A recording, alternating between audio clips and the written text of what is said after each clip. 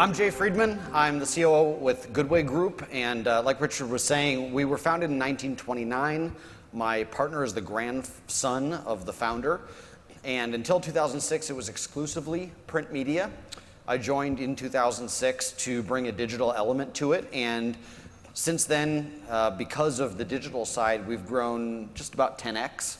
And we have, as Richard said, in 2010, we stopped doing the print side because digital was going well enough that that's what we wanted to focus on. And so we've had a lot of success working with clients of all sizes, various objectives. For you guys, it would be driving trade show attendance. We've done that. We've sold cars. We've gotten people enrolled in universities.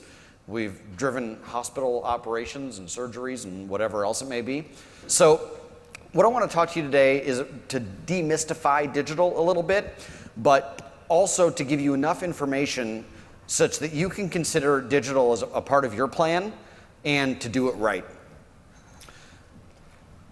As little as 10 years ago, an intimate relationship was between two people. Now, one of the most intimate relationships we have is with our phone. A little awkward, but hey. You know, there are more cell phones on the planet than people. 90% of consumers own a mobile phone around the world. It's tremendous penetration of this device that fits in your pocket. But there's another really great way to use it, and that's through marketing. Now, I think as Richard was saying, a lot of folks say, well, yeah, we do digital. We send out emails. Or we do digital, you know, we do a little bit of AdWords. Well, you take a look up here, and this is the percent of time that a mind is exposed to each channel within all media. Digital is 48% of exposure time across all media. Half of that is mobile. We're missing a huge opportunity if we're foregoing or afterthoughting that 48% and focusing just on email, focusing just on search, or just on trade magazines. The thing that I love about this audience in particular is that you have a little bit of a higher level goal than just to go sell a product, right? Not that going and selling a Subway sandwich isn't an important thing in life. It's good for many people. But you have an organization that matters. So some of your organizations literally save lives. Some of your organizations provide a diversion for people. Some of your organizations provide ways for people to secure their future or to exploit natural resources. So you have a higher purpose with your organization than just to make money and move along. And in order to educate people and bring them along, we have to get people to your show, and it can't be 25 or 30 or 35%. If you're to accomplish that mission, if you're to educate everybody in your industry about what's happening in your industry today, anybody have an industry that doesn't change year to year? Like for the last 5 years, you've had nothing new to say at your show. Okay, I kind of assumed that. That's the point. And so your show is valuable because you're going to convey new information. Everybody who's not there doesn't get to hear it. As much as I hope that everybody is following the SanboxLive hashtag and you're tweeting something awesome that you may think I say, it's not the same as being here. So it's a missed opportunity for people who don't attend that we can address. That's what we're here to do. We're here to close the gap, and I want to show you how we can use digital marketing specifically to close that gap. So it starts with a slide with a lot of words on it. I'm kidding, but I'm going to go through this and how it builds. All media really builds as a foundation, building up to the top of the pyramid, right? And this is really, I'm sure this is how a trade show works as well. There are foundational things you have to have, and then there are some nice to haves, and then there's some cherry on top stuff. So At the very bottom, let's just say you're an organization of physicians. Well, your physicians clearly have to have their Google Places page claimed, and of course they have to have their Yelp page claimed and so forth. So at the bottom, this is a generic slide. This is not specific for the trade show industry, but you have to have your physical location page. Well, for an event, that's not going to apply. But the next level up, with website, email, CRM, and social content, I'm sure that all of you are doing that. I'm sure that all of you are doing a pretty good job of making sure you get emails out to your database, right? And that you have a functional and accessible website. And that you post social content, which Richard was showing what a good job Shepherd does of that. It does make a difference. But the flip side of this, okay, so if you meet your pyramid going upward, then getting up into the top part, beyond the stuff that's free, in other words, you don't have to pay for the media, you do have to start getting into paid media, where there's search engine marketing or display retargeting. So how many of you have been to, you've gone to Nordstrom.com or Amazon or any one of those, and then you go onto Facebook and the ad follows you around? It knows you. It knows where you go. Well, it doesn't really know you and all that. There's a lot of tech to it. It's all safe. But that's what retargeting is called. First order of business is to make sure, especially around your events, that you've got search engine marketing and retargeting going on. Now, some of you may say, well, yeah, but not a lot of people go to our website. I mean, we have an email. Well, let's find a reason to make them come to the website through an email. What can they download? What information can they get?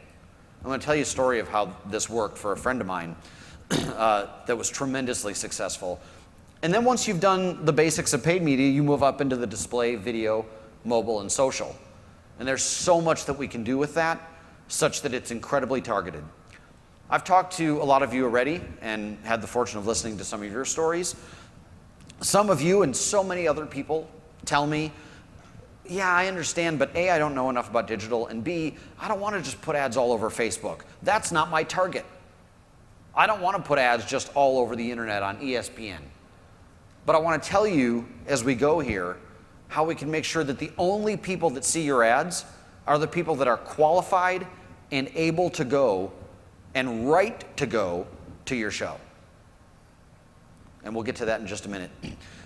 The thing is, that's the media side, but then we have to talk about the consumer side. Does everybody know about your show? Is anyone launching a new show? If you launch a new show, there has to be an awareness created. And this really works for any media, this works for any marketing plan. This is not specific to trade shows. But you have to have awareness of the product to begin with. How many people are familiar with the Most Interesting Man in the World commercial?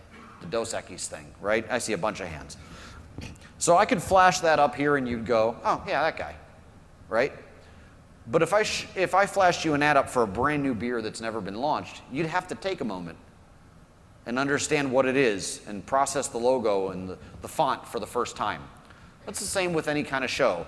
If you're moving to a new logo or if you're moving to a new location and people aren't used to that, you've got to establish and you have to spend a little money to get people to do that. Those decisions cost more than just the decision itself. But you move down to, what do these people do all day long? If you're the Professional Bowling Association and you're trying to get everybody to a central conference, I can tell you where those people are all day long. They're in bowling alleys. And there's a way to target people who are in bowling alleys.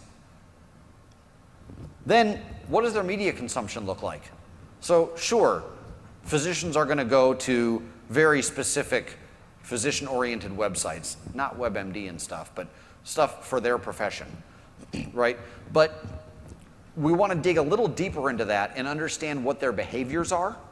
So for instance, do the folks that are going to come to your show, do they shop online for makeup a lot or gardening type stuff? Do they get food delivery?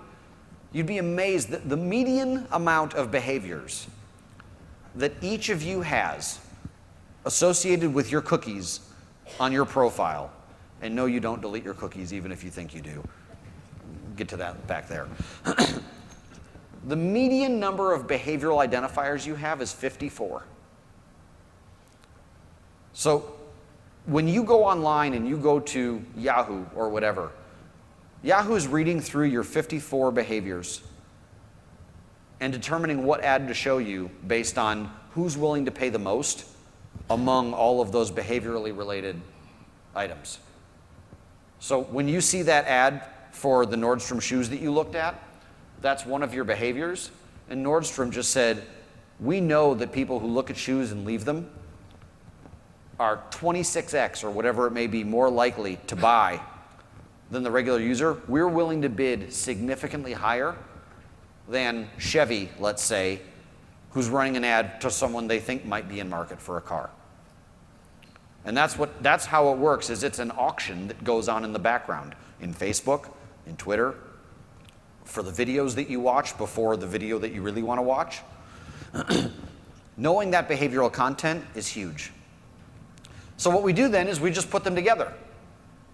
We start with what your media can do for you. We find where your audience is, and the two of those lock together to create a media plan where you don't have to spend $100,000 to get the coverage that you used to months ago.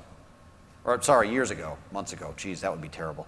But even 15 years ago, you might have had to have spent a lot more money, or you might have gone out with a $30,000 budget and been concerned that you didn't know what kind of results you were gonna get, and you didn't even know if you were gonna hit the right people. That is disappearing. How many of you have run digital though to try to promote your shows at all? You can it's okay, I won't tell anybody. And how many of you worked with an outside company to do that? Okay, so a few of you. And how many of you worked with an outside company where when the campaign was all over, you don't have to raise your hand on this one, but the rep came in and said, man, was that great. That really worked. We got a 0.4 click-through rate, 0.4%. That's 4 times the industry average. So here you go, sign up for next year. Okay, the thing is, a lot of folks in digital, they don't want to take the time up front to establish what your goals and requirements are such that they can actually prove to you that it worked. That's the way I work. I want to make sure that we agree up front what you need to see in the end in order to know that you've succeeded. I don't like being the guy who comes in all excited in the meeting, right? Hey, and you guys, no. You say, that didn't work. That's not good. Did one of those very early in my career, decided probably not going to do that again. So I want to tell you a story. A friend of mine who owns an advertising technology company, and how he made digital really, really work for him, similar to how I would work with everyone here. So he was, his kids went to a private school, or they go to a private school, and the school was financially in trouble, and their enrollment had been down, and it was a pretty small school, and they needed to get 25 more students enrolled in the next 4 months, or they weren't sure they were going to be able to keep open the following school year. And he said, well, he said to them, listen, I'm gonna handle this for you. I'm gonna make sure that you get your 25 students because I know how to market online, and I'm gonna make this work in a way that you're gonna be pretty amazed. But it's gonna cost almost nothing. In fact, he said, I'll pay for it myself. It's not gonna cost all that much, right? And I said, well, why didn't you just send them to a different school? He said, they love that school. We love that school. I don't want the school to close. It's worth my time, it's worth my energy, it's worth the money to help save it. So what he did was he had the school send out a series of emails that drove to a landing page on their website. For instance, time to pay your tuition. Please confirm that your balance is where you believe it is. Okay, so some people had it on auto pay. But we really need you to confirm that your balance is up to date. Okay? Through the roof, people checking their balance. Of course, when they went to that website, a cookie was dropped. And they were now able to isolate that audience. Okay? Also, fundraiser, please at least click here to tell us whether or not you'll be participating. Not going to force the fundraiser this year. We just want to capture them. Got that audience, and then developed a lookalike model. Said, all right, we've got a couple hundred users, okay, that are parents, family, friends, whatever it may be. We're going to do two things. First, we're going to develop a lookalike model. Who in this area, in this 5-mile radius, looks exactly, they shop at the same places, they consume the same type of content online, they appear to be worth the same amount of money or have the same level of income. Again, we don't want to target people who aren't ever going to consider coming to this school. Expand the audience just slightly. Then they said, well, we have all the cookies on the desktop, but it's a mobile world. We have the ability to essentially jump devices. So you're on a desktop, but you're also often on the same Wi-Fi network, or you use the same apps, or you use the login for the same apps versus a website. And we're able to essentially then find the mobile devices. Imagine just a big magnet on a user with a PC, and shoom, comes the tablet, shoom, comes the phone, right? And we start to spider out and get on all of these devices. So he had parents coming into the school saying, all I'm seeing are ads for your school. What's going on? They said, have you enrolled for next year yet? No. Could you do that now? Sure. They got enrollments moved up. Normally, people would wait 2 or 3 more months. This ensured some financial stability. I'm sure that there are some of you who would like your registrations to occur earlier, right? To help you better plan. So this is one of the ways, by owning that internet experience around your users, at some point, people say, I'll do what you want me to do, whatever this ad is saying, if you'll just make it stop. How many of you have thought, if I buy the shoes, will it end? And we can do that working with your site and with your code and everything, such that it does close the loop and the ads stop as soon as they register. So the great thing here, though, was that it didn't take 4 months to get 25 more students. They got 25 new students to the school who'd never been enrolled before in the first month. Half of the people that came in and enrolled said, I had never heard of your school, but I started seeing ads all over the place. And I love it. I researched it, I found it, and I love it. So his feeling was that the school really had a lot to offer. They just weren't marketing themselves well. And maybe they could have gotten 100 or 150 students. But I think, like you guys, sometimes if you have an attendance record of 2,000 people, you don't want to grow to 4,000 next year. You can't handle that. The school couldn't handle 150 more registrations. They just needed 25. So what it takes is establishing your path. What do you want to grow to? Tell us where you're at. Tell us what the opportunity is. So if you're at 35% attendance, you've got 65% opportunity. What if you've got 20% of that 35 that always goes anyway? You know they've been there 8 years in a row. You have no risk of losing them. The economy's not down. Then let's peel those 20% out. We're not trying to get you the same people that have always gone before. We're not trying to advertise to people or spend money on people that we know are going to go anyway, or that we think we already have taken care of. We want to grow incremental. And we want to define with you what your goals are. So is it an extra 50 people? Is it an extra 800 people? And then what is each extra registrant worth? Do any of you have high value targets in your database where you say, look, not all potential registrants are worth it. If we could get these 40 people here, any of these 40 people, they're so influential that raises the cachet, it raises the value of our event. You can mark those separately and say, look, if we can get those people to attend, that's worth $400 per.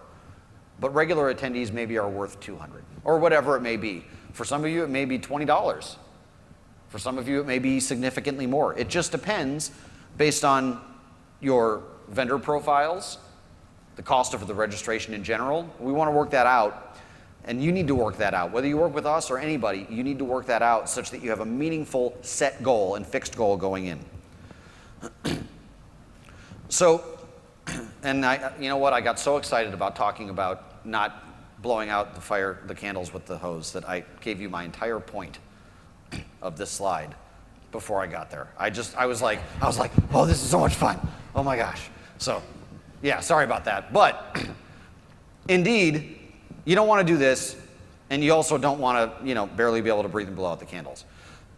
So I want to recap, okay, before I get into just some sample plans. Number one, each plan is unique. I don't think any two groups in here should have the same plan.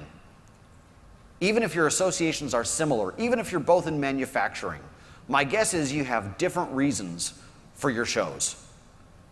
You have to make sure that your plan is unique and talks to that, okay? Number two, hyper-targeting. We do not want to blast this out and come back and tell you what a great click-through rate we had. We want to come back and say, your normal conversion rate on attendance was X. For those people we exposed, it was Y. That lift has provided or produced a value of Z. And we want to be accountable with you, or at least whoever you work with should want to be accountable with you, such that you're in this together and you're doing the same thing. No vendor wants to come in and work with you once. That cost of a new relationship in terms of time and resources and learning and getting to know each other, there's a cost to that. For you, for us, for anybody. So we want to establish guidelines to make sure that we're going to be working again over and over and over. And finally, measure. And I do want to talk real quickly about the difference between site analytics, like Google Analytics. How many people use a Google Analytics or similar, like a Chartbeat or Omniture or something? Okay, so there were a few hands. Site-side analytics and media analytics, they don't get along. Site analytics measures site traffic. Media analytics measures the performance of media. And site analytics can't measure the performance of media because it's outside of its world. So I won't spend too much time here because it does get technical. But there's code that we can place on your site. We can tie back and tell you whether someone converted after clicking, if they converted after only viewing the ad. We can tell you what the average frequency was to make them get there. In digital, I will tell you that, not in search. Search clicks matter. But when you're doing a Facebook ad or you're doing a display ad like a banner or you're doing a video, clicks are not the goal. Clicks don't matter. In fact, there have been so many studies showing that there is an inverse correlation between those who click and those who convert or sign up. The goal is to get people to be aware of it. Anyone use direct mail? Does anybody, what's your click-through rate on direct mail? Right? It doesn't click. But people still sign up. So that's what we're trying to get here, is we're trying to encourage a behavior, not an intermediate behavior. A very important concept that this is worth writing down and exploring is the notion of having a data management platform, or DMP, because we put an acronym to everything. This is like a carpenter without a hammer or a baseball player without a bat. You guys without a DMP. You can take a data management platform and you can put all of your database information into this, and it slowly starts to build and connect so that you can start connecting online profiles, cookies, Twitter accounts, Facebook, whatever it may be, such that when it's time to activate and deploy a marketing campaign against your audience, it's literally the flip of a switch, and you can start out marketing exactly to those people, so there's no ramp-up time. Okay, and the DMP that we use, so there are a lot of paid DMPs. If you are a Fortune 200 company, you'll go with Crux or Adobe, probably. But most of us aren't Fortune 200 companies, I don't think. If you are, let me know, we can talk separately. But most of us are going to want to look for a product that provides what we need, no more, and the cost is right. So when you work with us anyway, the DMP that we work with is at no charge because it's part of the buying engine, and so it's all packaged into the media. It would come out to a couple pennies every 1,000 impressions that you serve. I would really recommend reading up on DMPs a little bit, or come talk to us so that we can talk to you about how we can get you set up with one. The setup isn't even, it's just part of the first program. There's truly no extra cost. And talk about why we want to work together with you over and over and over. Now the data's all in there. We've all spent a lot of time doing this. We want to make sure that we have an ongoing program. Digital media it's science, but it's kind of weird science. And so knowing the platforms is one thing. I was talking to someone earlier, and they said, we realized that we could do this ourselves, but we realized we probably wouldn't do a very good job of it. And I said, that's exactly what I said to the pilot this morning when I got on the plane. I could probably fly this myself, but we'd probably have more takeoffs than landings. So finding the right user at the right time at the right frequency requires some legitimate expertise. It's truly to the point now where we hire, and we've been growing pretty significantly, and when we hire a brand new media trader, it's amazing the tutelage that they require from our senior traders who've been there 3, 5, 7 years doing this, and how much, and it takes really a year to get up to speed before they're doing this, and they're managing a couple $100,000 a month. So it's important that you work with someone who knows what they're doing. Briefly, I just want to take you through a couple examples. So for instance, if you are a professional association, okay, so you're not talking to consumers, you're talking specifically B2B, and you've got really a fixed number of attendees. So you might be the Nursing Oncology Association, or you might be the Excavating Association. I know that I'm saying all these wrong. So what we do is we want to define your universe. Okay, so we've talked about getting the database and identifying exactly who the universe is. Is it retail buyers? Is it retail buyers only of appliances at big box stores? Whatever it may be, that's okay. And I think that's maybe some of the hesitancy that some of you may have around digital is, well, our universe is really small. Great, that's actually a lot better, right? If your universe was 200,000 people, we'd have to spend a lot more money to get where we need to go. We don't want to spend more money. We want to get you the results. We know you'll pay for good results, so let's get there. Once we've defined the universe, we take the customer file, and boom, we can go to Facebook, Twitter, Google, and then we have our own proprietary systems that we connect that customer file to, such that we make sure we're only advertising to your desired people. Now, like I said about the school before, we can build a behavioral lookalike group a little bit beyond that, whereas for Chevrolet, we might build a behavioral group that's slightly beyond it of 3 million people. For some of your shows, we might just extend out 500 people. For some of your shows, we might not do that at all. Okay, so this is where the process becomes fairly collaborative. You're experts in your business. We're experts in ours. We have to share knowledge and work together. And then the key is, again, showing the ads only to your members or that narrowly defined audience. Now, if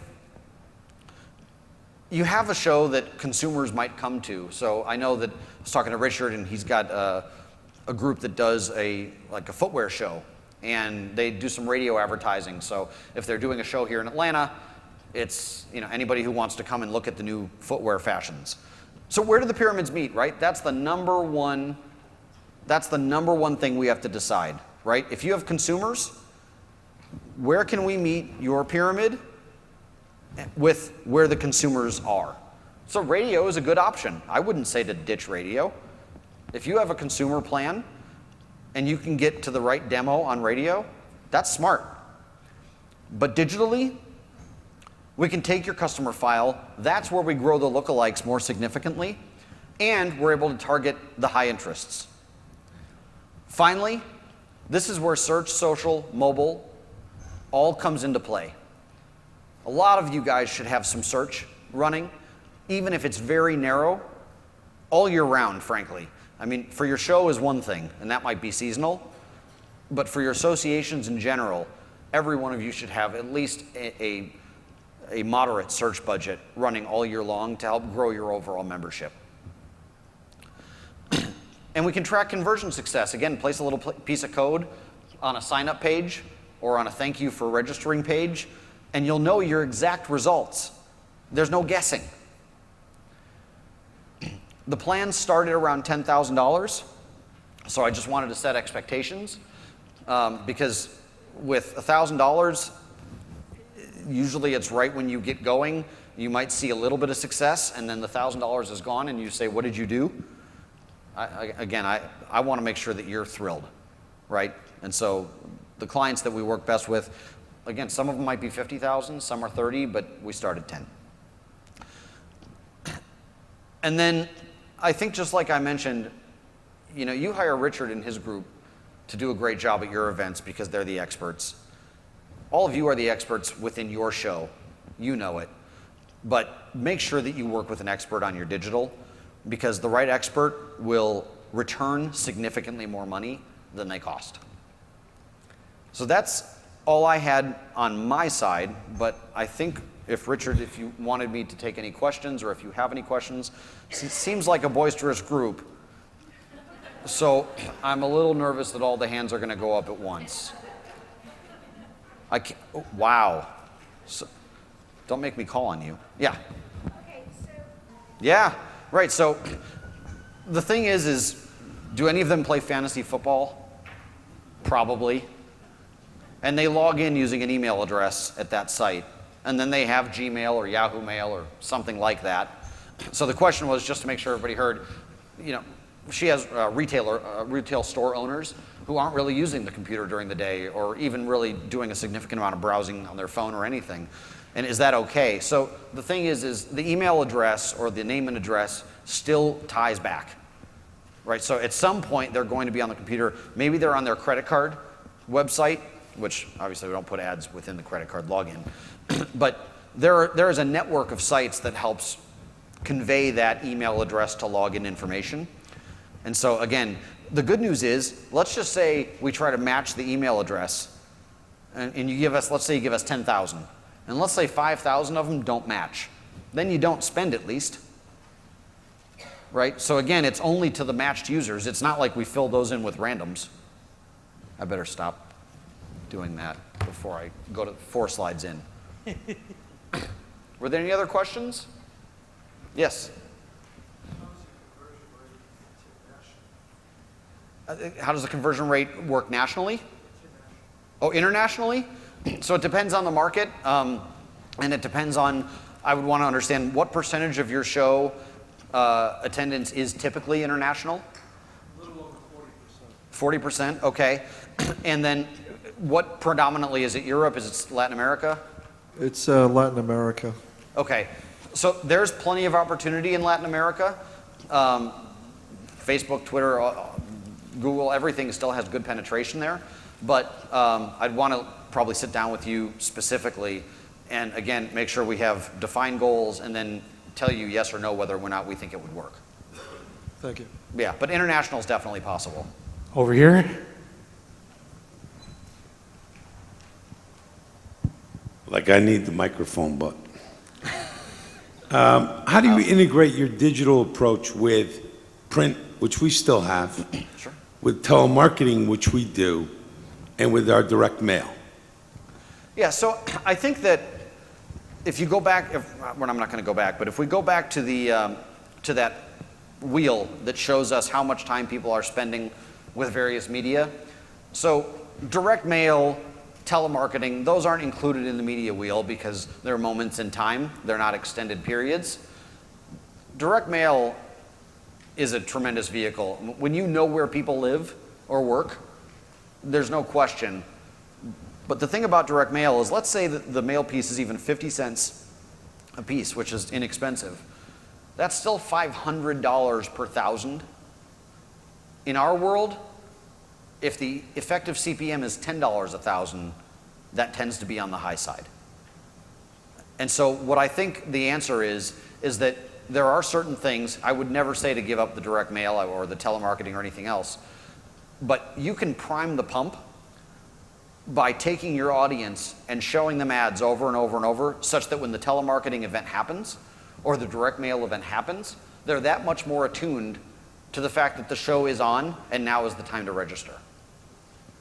And I think for anyone individually, it would be great for you to share your entire plan, because I'm not interested in owning the whole budget, right? What we want to understand is, how does this need to work together? And I think that will depend.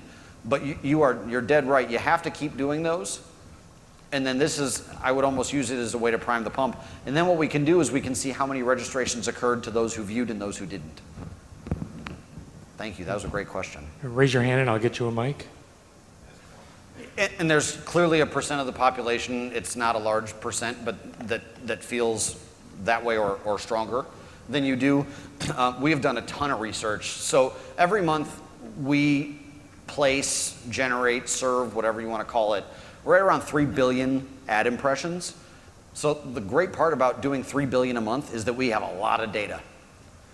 And we are able to look, so we're able to tell whether or not an ad was in view or if it was below the fold. We're able to tell if an ad was in view for 7 seconds or 3 seconds.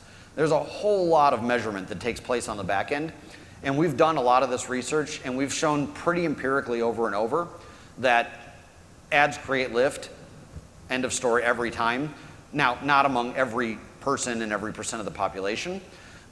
You bring up a good point though, because I meet with a lot of clients and they share stories like what you just shared with me. And it may be that it's a turnoff, or they may say, oh, I love that. Even if it's positive, I remind them that you are one person and it's absolutely impossible to project the behavior or to predict the behavior of millions of different people. And so I get a lot of those stories, but I'll tell you that when the data proves itself out, it's like, well, and sometimes I look at data and I go, what are these people thinking? I would never do that, or I would never sign up for that, or I would never do that online, right? But that's not for me to judge. You know, the data has to speak for itself. But that's a great point. I appreciate you bringing that up. Jay, we have one more in the back. Sure. Continuing on that thought, a couple of our shows, we have an aging population that is the attendee base. Are there statistics about different age groups that respond better at different age points? Yeah, so I would not partner with Tinder for your group. I probably am closer to your group than the other, so I don't know if you swipe up or you just throw the phone away if you get to that point. But yes, so we have a ton of statistics and data, not only around age and income and demographics and everything, but even the sites where those folks tend to index. I think, again, the thing is, so no matter the age, most of us have mobile phones. Certainly smartphone percentage or penetration percentage declines as you get older in age. The great thing is, though, that if they don't have the device, then we're not going to have to spend the money. But I would want to do some research up front to make sure that it's worth us even trying to spend the money. I think that's a very good point. So we're going to be back at the booth, the one with the light and all the people screaming and yay and everything. So, but yeah, we'd love for you to come see us and we can talk about your individual situation. Thank you so much. Thank you. Very nice. Very nice. Yeah.